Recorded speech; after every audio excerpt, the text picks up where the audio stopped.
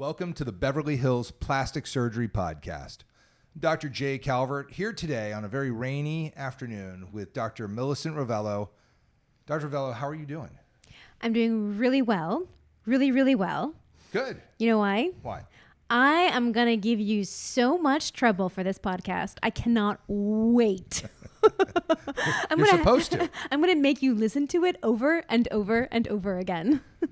Well, you know, there's a reason for all this. Mm-hmm. So today we're talking about my branded facelift. And what is it called? It's called the Natural Lift, as a matter of fact, Dr. Ravello. Funny you should ask. That sounds so nice. I want that. I know you do. And it's... Actually, I do. I know you do. You're going to love it. In fact, you've had part of it already. Yes. So that's the whole point. Interestingly, the reason to name this is twofold. And the Natural Lift really is my facelift, which involves an endoscopic upper face with a deep plane lower facelift done in such a way that the incisions are well hidden and don't show up with the usual stigmata, the characteristics, the I can see it from across the room look of a facelift. Like the woman who I saw walking down the sidewalk yesterday, and my friend turned and looked at me and said, "What kind of facelift did she have?" Yeah, not that lady. That's not the Natural Lift. Okay. that's the extraterrestrial lift. Yes. So yes, we are here to talk about the particular style of facelift that you do, and also why you are now naming it, and also why I'm also going to give you a lot of grief for naming it. And let's start with that. You should. Why are you naming your facelift? Why have you given it a trademark? Because there are and this is not, like, I sat here with you and absolutely wailed on people who named their procedures. Every podcast. Right? Right, listeners, am I right? Yes. Yes. So there's a reason that I'm naming it, though, because I've realized that in order for people to feel an attachment to the operation, it has to be named. You're not wrong. No, You're not wrong. I will tell you why, because I have a patient who went elsewhere, as she said, quote unquote, cheated on me, and literally threw it in my face that I didn't do the blah blah blah. I'm not going to say what it is because it will call out this guy and his named technique. facelift. Yes. And so she went elsewhere. She has cuts all over her face. She has, I am terrorized by what's happened to her face, going to a guy that every patient I've talked to about a facelift in the last 2 months has talked about this guy. And she now has scars on her face that are not removable. They are visible from across the room. She will have to wear her hair down, I think, for quite some time, if not for good. But it's a named lift. It was a named facelift, which means it must be better and different than anything anyone else is doing out there, right? Well, right? No, but but literally, this is how the conversation went, and I'm sure she's going to listen to this and she's going to be upset with me, but that's okay because it's instructive. The truth is that it was kind of put back on me like, you don't do this. Mm-hmm. And I was like, what do you mean I don't do that? I do 1,000% that and then some. And so the reason that to name the Natural Lift, which I want to go through what that is very, very much in detail, is because I need people to say, oh, that's the Natural Lift. That's what that is. And to full transparency, pull the curtain back on the idea of naming surgeries, is that in the world of actual plastic surgery and plastic surgeons, we all more or less do the same thing with varying degrees of ability. But the techniques that are used and the approaches are used are more or less about the same. Some of us may have a little extra something that we do. Certainly some people have been doing it longer, are more skilled, have better results.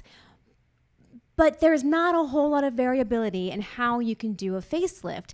And so the fact that we can have 15, 20 different names of a facelift is silly because it's not that much different than anything anyone else does. So to think that you're getting like this ridiculously brand new product surgery that no one else does is just BS, because you're not.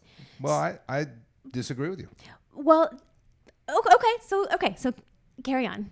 I disagree with you 100% because after viewing these scars up close and personal, and I couldn't hide my shock and awe. I really couldn't. And I don't do that. So what I do is completely different. Okay, so fair enough. So there are differences amongst facelifts, but the carry home message is that just because a facelift or any surgery is named does not inherently make it better. No, and I'm calling it out because I want the consumer, I want the patient, I want the writer, I want the PR people, I want the news channels, I want people to understand that you really have to ask very specifically, well, what does that mean? Like, yes. Why do you say natural lift? And I say natural lift because I hide the incisions. I don't put gnarly ass scars across the forehead and the temple. I put them behind the hairline. I hide them. I don't extend the facelift scar up into the forehead. I stop it at the sideburn and leave the sideburns intact instead of taking away the sideburn, which is part of a lot of techniques, is that, by the way, you're going to lose your sideburn. It's going to be gone. And I don't cut down the back of the neck on the hairline. And I have a TikTok video that's now got 22,000 views or something like that of me explaining how I do the incision behind the ear because it's really different. And the way that I do it takes more time. It's harder. It requires more directional control. It requires a deeper dissection. There are reasons people don't do it. It's much easier to put it on the neck. Yeah.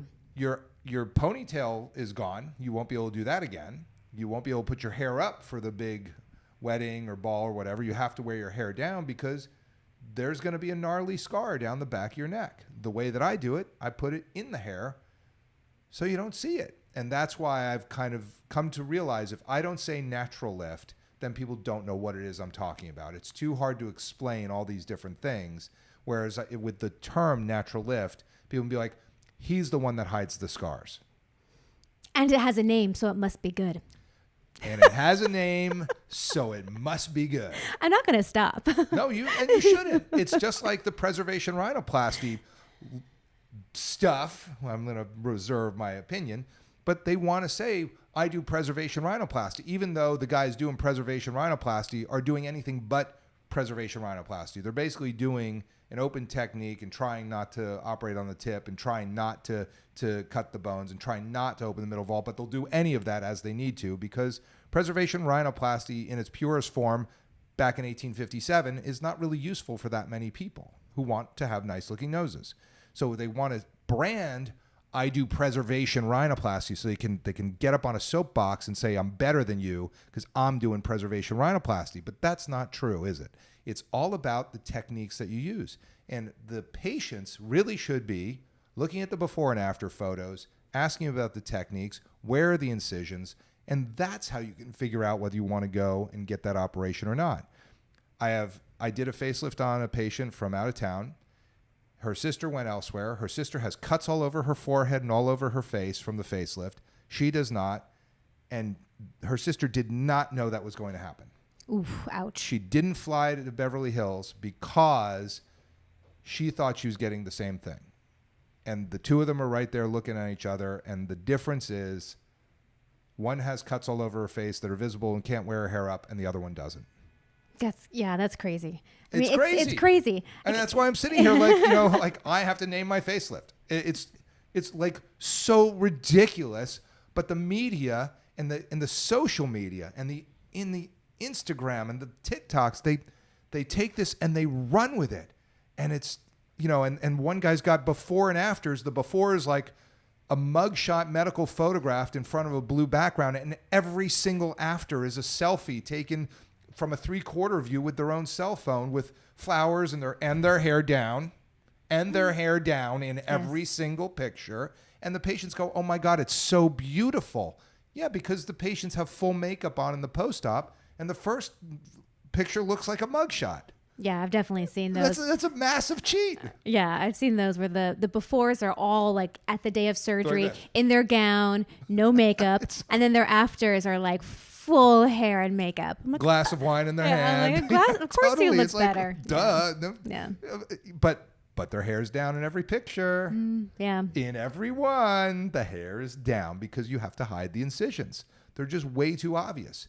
So that's why I wanted to name the natural lift, because this keeps you looking natural. I don't pull people tight. I don't make the monster lift. I don't do that alien-esque praying mantis look. I don't do that stuff. I make people look like a better rested version of themselves. For those who want to look like a mantis, you got to go elsewhere. I don't do that. People do. I know. They do. Know. The lady we saw on the sidewalk yesterday, Mantis. she looked like a mantis. It's weird. Yeah. Like, that's a weird look. Yeah.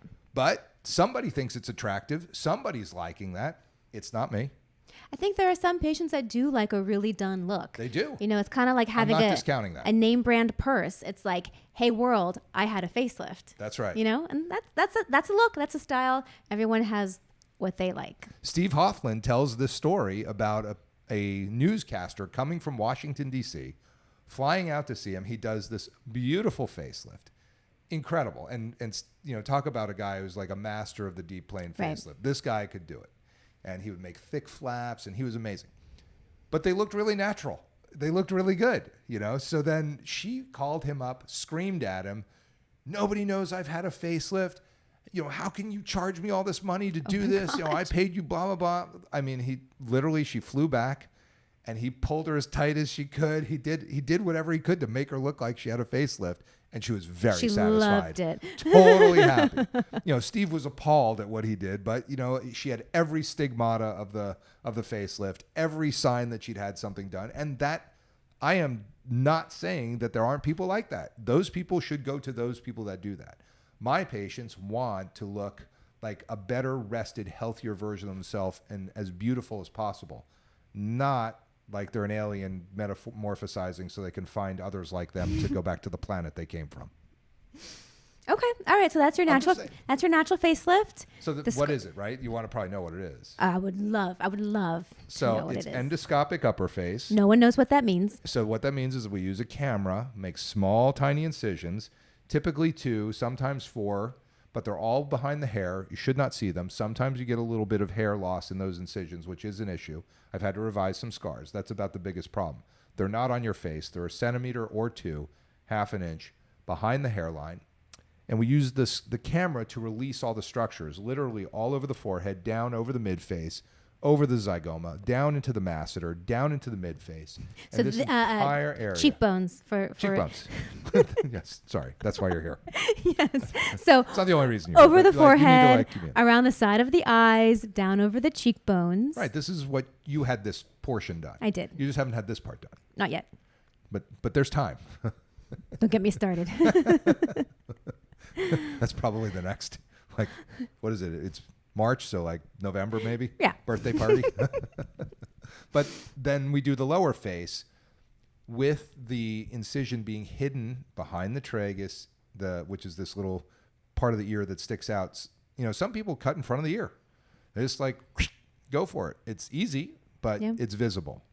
And the excuse that's always made with these cuts on the face is they heal great. I'm not so sure about that. I've seen some heal great and I've seen some heal not so great. So I'd rather not have that. So I stop my incision in the hair above, you know, in front of the ear. I bring it in the crease, around the tragus, down in the back of and it's on my TikTok. I have like these amazing videos of me. Like there's one, it's like totally TikTok. It's like, how do you design a facelift incision? You know, like that. It's very like hilarious. But anyway, it goes behind the ear and into the hair. So like everything's hidden. The chin incision's under the chin. It's hidden away. So all this stuff is designed to be natural looking when it's over. You shouldn't have disruptions of your hairline. You shouldn't have visibility of scars. I mean, if people know to go look in the ear, they can find the scars. If they say like, oh, if you had a facelift and they start peeking.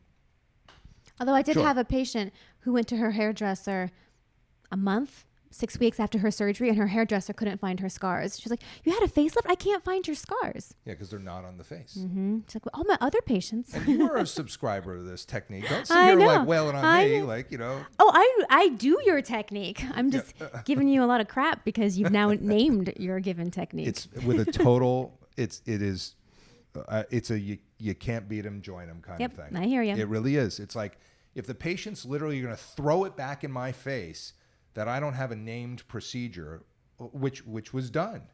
Well, you don't do this. It's like I do that and it's better. I really don't love these incisions on your face.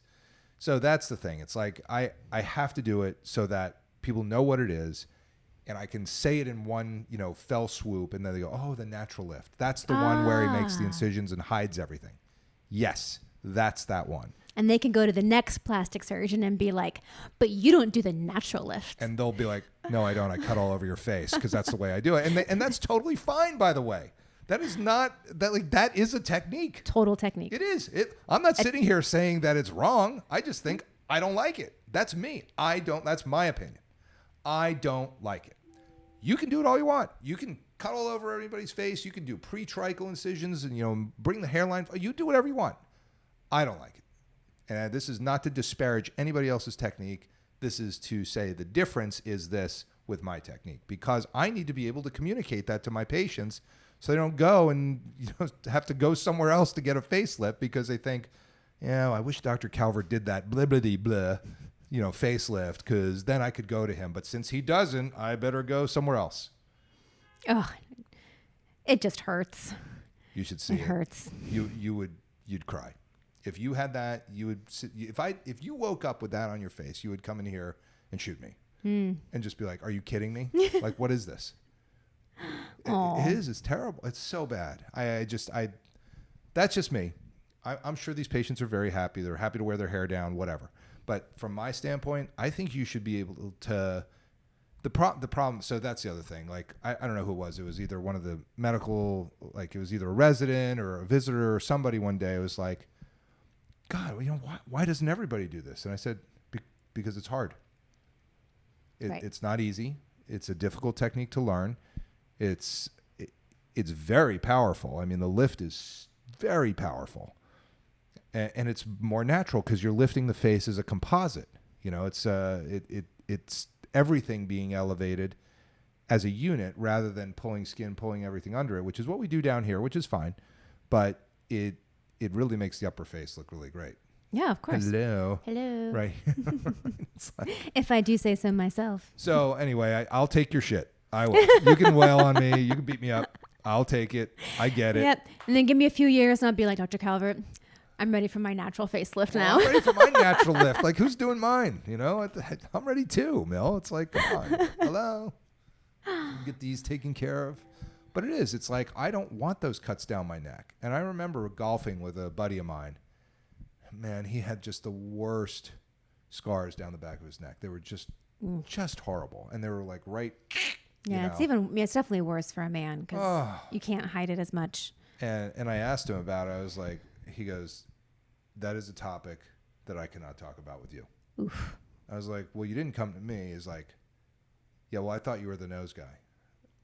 I mean, literally, that was it. It was one of those like, well, I didn't know you do this. And I was like, well, I mean, that is how it's done. I mean, there are world expert facelifters that put these scars up here, and I mean, world expert, amazing, beautiful results that put the scars on the face and do all that. I just don't like it.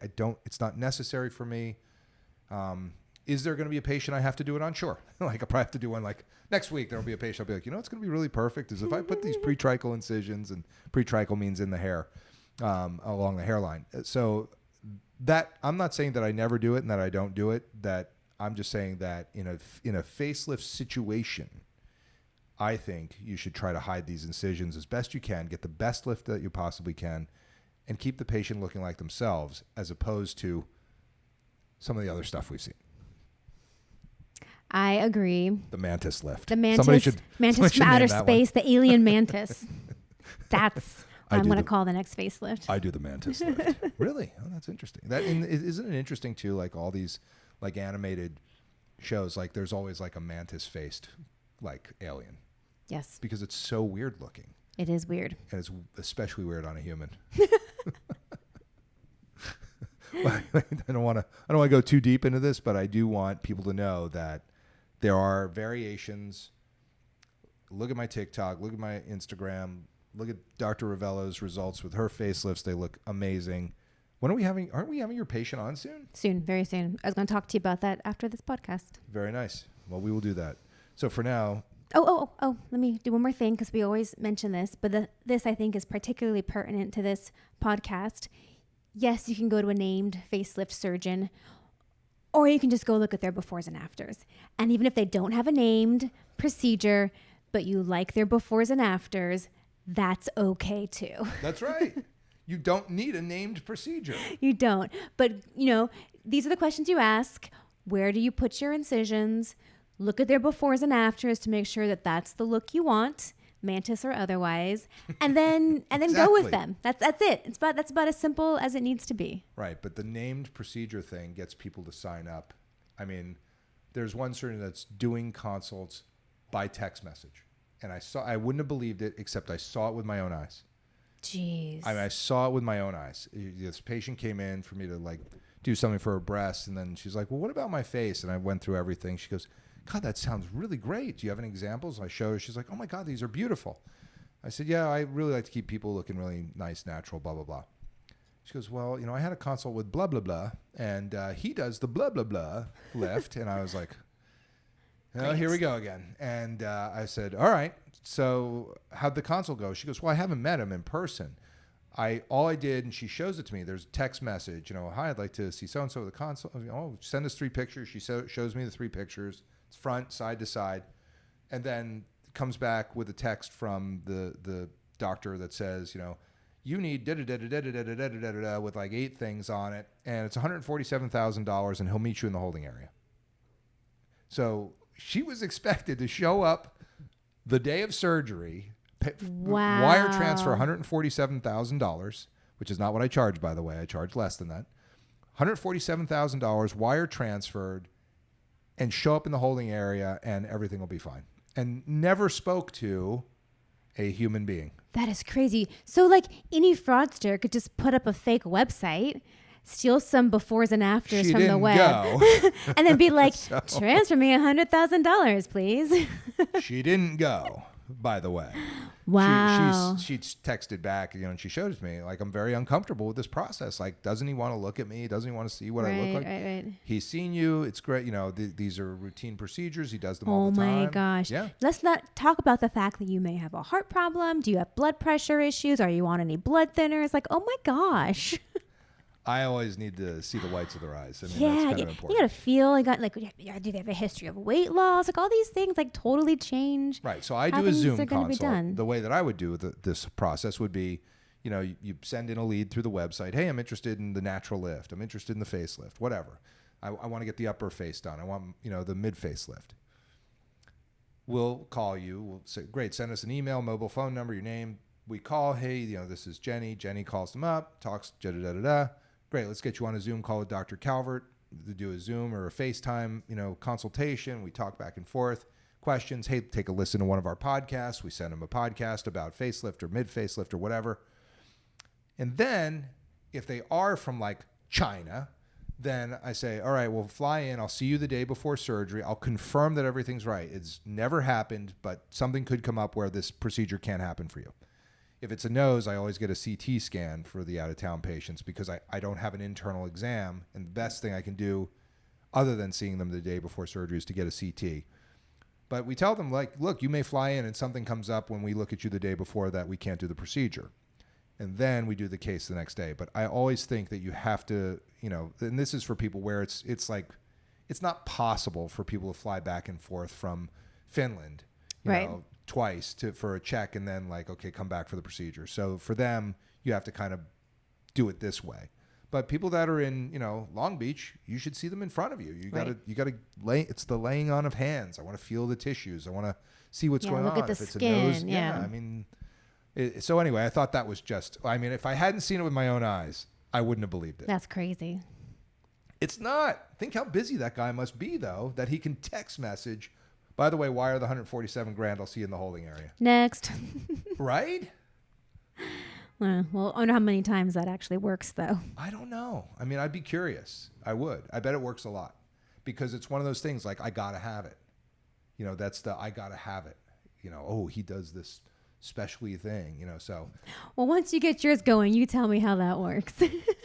Well, I'm not sure you can notice, but I'm a little bit tongue-in-cheek about the whole thing. I hope so. Oh, I am. I hope you better be. But it's to make a point. It's for awareness. And I just think that patients are getting, the social media is so powerful and it's so dressed up, and You should have a little asterisk next to it that when you go down and look at it, it says in quote or like in parentheses, for those who need a named procedure. that's right. For those who need a named procedure. But they do need it. And I understand why. I do, because it's like they can't think about, okay, so he does the mid face this way, but when I say natural lift, they'll be like, that's the guy that hides the incisions. That's what I want. Because that's what I do. So if you're sitting there and the guy's got a marking pen or he's going, and then we're just gonna cut right along here, just like this, and go right in, and then we'll just come down in front of the ear. You'd be like, that doesn't sound like a hidden incision. Then it will kind of make you say to yourself, who is that guy that hides the incisions? Because I don't think I can tolerate scars all over my forehead. Then the rest of us that also hide our incisions will go, that mother. Yeah, exactly. No, you'll say, I do the natural lift. Like, I'll let you use it. I'll let anybody use it. But I mean, the point is that it needs to be that. That's why I've trademarked it as this combination of procedures, so that it does ring true with the patients that you're trying to get something that makes you look natural. Right. Have we beaten this to death? Yes, I'm with you. I'm behind you. I mean, 10 years from now, I may want to do the mantis lift. I don't know. Maybe I should trademark that too, because nobody has that trademark. Anyway, there you go. If you guys have questions, obviously send us some DMs over the Instagram or through our websites. It's always best. The easiest way to get me is a contact form through my website. I'm terrible with Instagram and all that stuff. You're the worst. I'm literally the worst.